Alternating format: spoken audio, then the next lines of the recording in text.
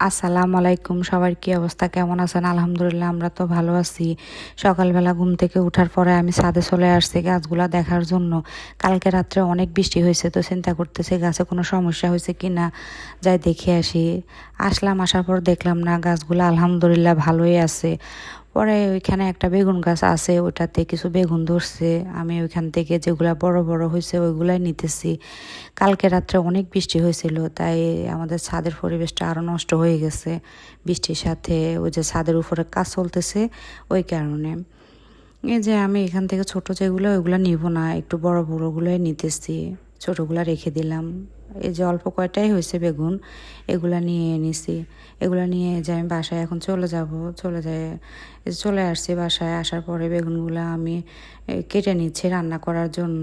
যেহেতু আমি এগুলা ছোট মাছ দিয়ে রান্না করব, তো এগুলো আমি এভাবে কেটে নিচ্ছি। আমার কাছে এটাই ভালো লাগছে এই শেপটা, তাই আমি এভাবে কাটতেছি। আপনাদের কাছে যেমনি ভালো লাগবে আপনারা ওইভাবে কেটে নেবেন। তারপর আমি ছোট মাছগুলা ধুয়ে পরিষ্কার করে নিয়েছিলাম। নেওয়ার পরে এগুলার ভিতরে হলুদ, মরিচ, রসুন এগুলা দিয়ে সব কিছু তেল দিয়ে আমি মেখে নিচ্ছি। ভালো করে মেখে নিচ্ছি এখানে। নেওয়ার পরে এগুলো আমি পাশে রেখে দেব। মেখে নিচ্ছি কারণ কালারটা যেন ভালো লাগে, ছোট মাছ তো, পরে যেন কালারটা একটু সুন্দর আসে এগুলা। ওই কারণে হলুদ মরিচ দিয়ে আমি ভালো করে মেখে পাশে রেখে দিচ্ছি। তারপরে যে আমি তরকারিটা বসাই দিলাম চুলার উপরে, পাতিল বসাই দিয়ে ওটাতে তেল দিয়ে দিলাম। দেওয়ার পরে পেঁয়াজ কুচি দিয়ে দিয়েছি। দেওয়ার পরে এগুলো নেড়ে নিচ্ছি। যে এখানে কাঁচামরিচ দিব, সামান্য একটু হলুদ গুঁড়া, মরিচ গুঁড়া, আবার একটু রসুন অল্প করে সব কিছু দিয়ে দিব। কারণ ওই যে আমি মাছের সাথে যে সব কিছু দিছি এখানে এত বেশি লাগবে না, তাই এখানে আমি অল্প অল্প করে সব কিছু দিয়ে দিচ্ছি। দিয়ে একটু পানি দিয়ে এগুলো আবার কষিয়ে নিলাম। তারপর কষানো শেষ করে মাছগুলো দিয়ে দিলাম। মাছগুলো আলতোভাবে নাড়তে হবে যেন না ভেঙে যায়। তারপরে পানি আমি এখানে বেশি অ্যাড করব না, যেহেতু এগুলা ছোট মাছ, অল্প একটু পানি দিব আর এগুলার গায়ে থেকে পানি বের হয়ে আসবে। তারপরে আমি এই যে চুলায় ঢাকনা দিয়ে বসে দেওয়ার পরে যখন বলক আসছে, আসার পরে যে কেটে রাখছিলাম বেগুনগুলা, ওগুলা ধুয়ে তো আমি পরিষ্কার করে রাখছিলাম, বেগুনগুলা দিয়ে দিচ্ছি এখানে। দিয়ে এগুলো আমি হালকাভাবে নেড়ে দিচ্ছি, নেড়ে ঢাকনা দিয়ে দিলাম। তারপরে এই যে আলতোভাবে, কারণ এগুলো ছোট মাছ ভেঙে যাওয়ার সম্ভাবনা অনেক বেশি থাকে, তাই আবার মানে আলতোভাবে আমি এগুলো নেড়ে দিচ্ছি। নেড়ে ছেড়ে এগুলা আমি ঢাকনা দিয়ে আবার রেখে দিব। আর অন্য পাশে আমি শসা দিয়ে, আলু দিয়ে, মাছের মাথা দিয়ে রান্না করতেছি। আর এই পাশে ছোট মাছটা রান্না করতেছি। ছোট মাছটা মোটামুটি আমার রান্না হয়ে যাচ্ছে, আর অল্প কিছুক্ষণ পরে হয়ে যাবে। আমি ওই পাশে আসি, দেখতেছি ওরা কি করতেছে। দেখি যে দোনো ভাই দুষ্টামি করতেছে।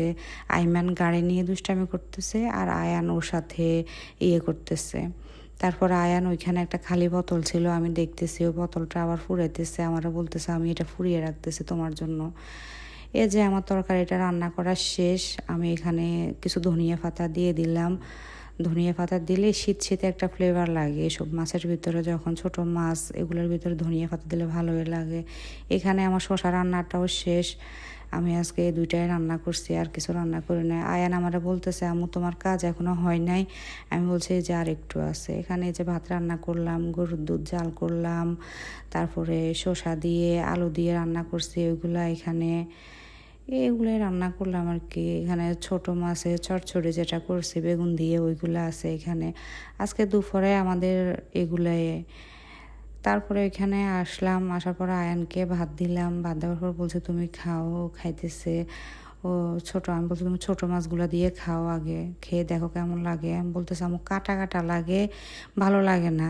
আমি বলছে ভালো লাগতে হবে, খাও, যেহেতু ছোট মাছ ভালো, শরীরের জন্য খাও। আইমান খাবে না, আইমান শুয়ে আছে, ওরে বলছে ও খাবে না। ও বলতেছে না খাবো না, খাবো না। পরে আয়ান বলতেছে আম্মু ওরে একটু দি। আমি বলছি ও খাবে না। আয়ান আবার বলতেছে এই যে মাথা, এটা আমি খাবো না, মাছের মাথা খাবো না। এই বাহানা ধরতেছে। পরে কোনো রকম খাইছে কয়টা, এখন বলতেছে আইমানকে খাওয়াবে। এখন তারপর আমি তুমি খাওয়া, দেখো খাই কি না। আইমান খাবে না। আইমান বলতেছে না আমি খাবো না। ও আজকে ভাত খাই নাই কোনোভাবে। এখন আয়ান তো বুঝছে যে খেতে হবে, পরে আয়ান কয়টা খেলো। তারপরে আমি বলছি এখানে বালা চা আছে, ওইগুলা দিয়ে তুমি মেখে খেয়ে ফেলো। তারপরে কোনোভাবে খেলো আর কি, কয়টা সবগুলা খায় নাই। এই আর কি। তো ওদের জন্য সবাই দোয়া করবেন, ওরা যেন ভালো থাকে সুস্থ থাকে। আসসালামু আলাইকুম।